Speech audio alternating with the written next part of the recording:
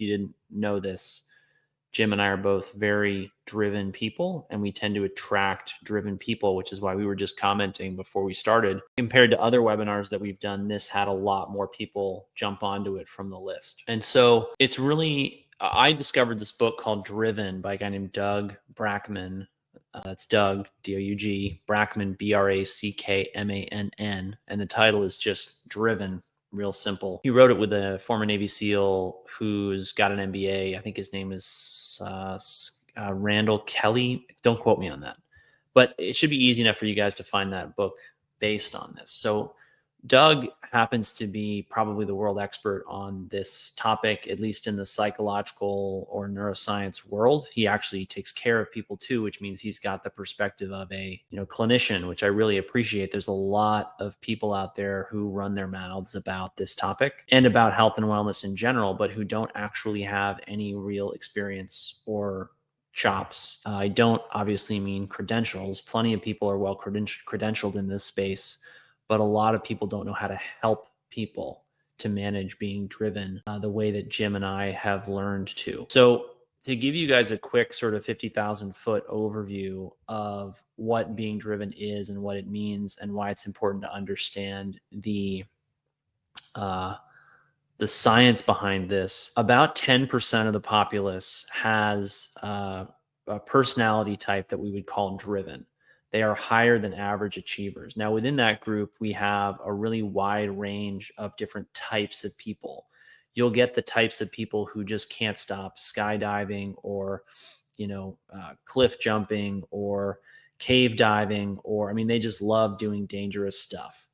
And then you got the other people who are driven, but they're driven in a more sort of theoretical way. They want to build things. They want to make things. They want to run companies, found companies, create movements. You'll find these people leading everything from churches to businesses to whatever. So why is that so important? There's a really wide range of these people, but the word that really brings them together and describes all of them is the word driven. So what does this have to do with your brain, and how is this driven brain set up?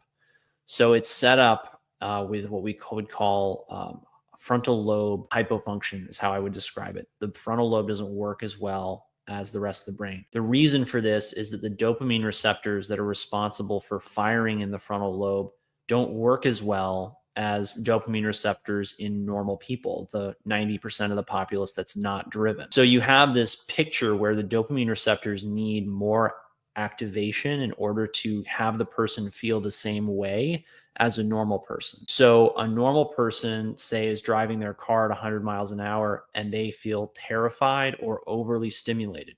So they slow down to 65.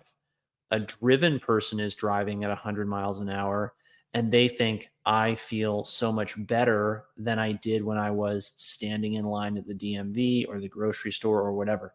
These are the people who you'll notice if they're standing in line, they're looking around to see if the other line at the grocery store is moving faster. They're fidgeting.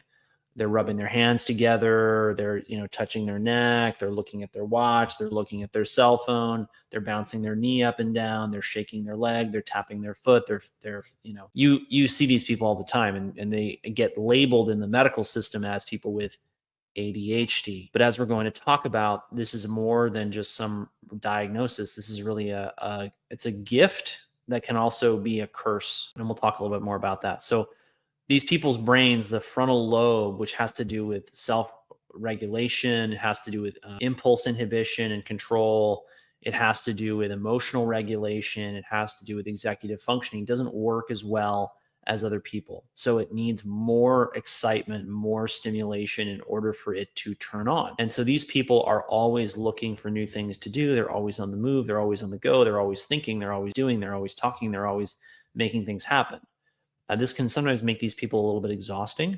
But what's funny is oftentimes people will think that they're boring or disinterested or aloof because they're not interested in just talking about the game or just standing in line and, talking about nothing or making small talk because they find it boring. Now, the part of their brain that takes over because that frontal lobe is not as active is the occipital lobe, the visual part of the brain. So these people are highly, highly visual.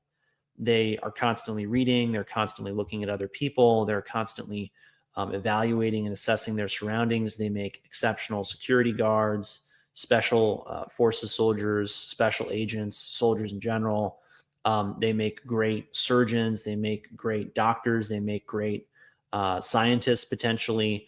They make or can make great leaders. So they can be really excellent in certain places, but they have all these little quirks of their personality, which is why, as I said, this personality type can either be a blessing or a curse. So, where it's a blessing is these people tend to be very, very high achievers, right? But that high achievement is balanced or is really, in some ways, born out of the fact that they don't feel normal when they're not doing and they're not achieving. And sometimes this goes back to, and we have to talk here about nature and nurture because there's a question here of, and one of the questions I often get from people when I talk to them about this subject is, do I need genetic testing to find out A, if I am driven, and B, how it's affecting me? And the answer is not really. And I want to explain very carefully why. This is more a personality type that you either subscribe to or you don't.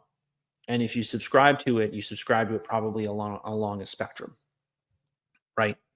And the reason why it's not about a single mutation is that there are hundreds and thousands of mutations that come together to affect how you behave. And we really haven't even scratched the surface about how they all work, let alone how they all interact. So you take 10 of these mutations, only two of which have been well characterized in the literature.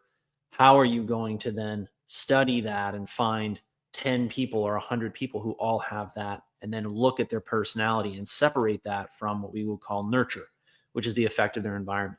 Because the other thing you'll see is that many people who are driven don't just have genetic mutations that predispose them to this type of behavior. They also come from backgrounds where they were running from something or towards something. So you start to talk to these people and they'll tell you about the father who never gave them approval, the mother who never gave them love, the siblings who picked on them, the bullies at school. And it's often a long list of negative, adverse childhood events that shape these people into who they are.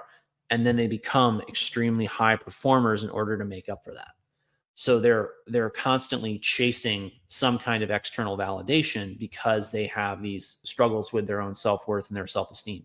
Now that's not across the board true. And there's also a chicken or the egg component to this, which is these people, because they have low dopamine levels, are very susceptible to shame, guilt, and emotional dysregulation, which means that they can lead very hectic and chaotic emotional lives. So these are the people who will say inappropriate things and then regret it.